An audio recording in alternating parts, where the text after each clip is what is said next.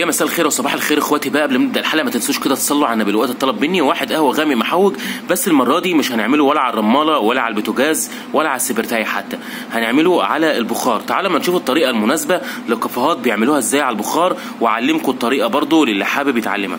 اول حاجه هنجيب البن الغامق المحوج وهنحط في معيار 3 معالق كده يكونوا مليانين من المعلقه الصغيره بتاعه البيت، هي مطلوبه مني على الريحه. يعني هنحط ربع معلقه سكر او نص معلقه سكر بالمعلقه اللي موجوده عندنا في البيت. بعد كده هناخدها وهنحط فيها ميه بارده خالص من الحنفيه. بعد ما حطينا الميه هناخدها كده عند مكنه الكابتشينو وهنسخنها على الستيمر اللي هو البخار.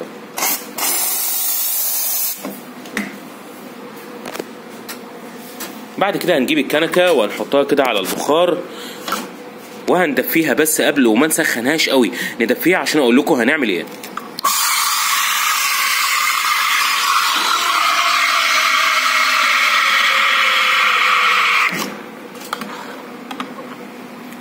احنا كده دفيناها.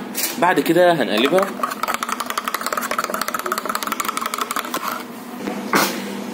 وهنرجعها تاني علشان تسخن التسخين النهائي بتاعها.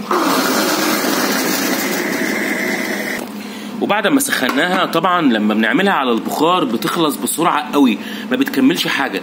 وطالما احنا عملناها على ميه بارده وسخناها على البخار وخلصت بسرعه، برضو هي كده استوت، بس ما بتبقاش الطعم عامل زي طعم يعني كاننا بنسخنها كده على الرماله او السبرتايه. احنا بنحاول ننجز بس في القهوه علشان تكون سريعه كده او سريعه التحضير، علشان خاطر اللي مستعجل ياخدها ويمشي.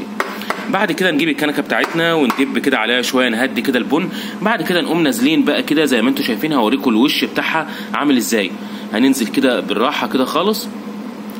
قهوه بن غامق محوج، مش كل الناس بتحب الغامق المحوج، لكن مطلوب وشغال جدا وليه ناسه يعني. ده واحد قهوه بن غامق محوج على البخار. طبعا الوش اهو زي ما انتم شايفينه، حاجه كده عظمه قوي يعني.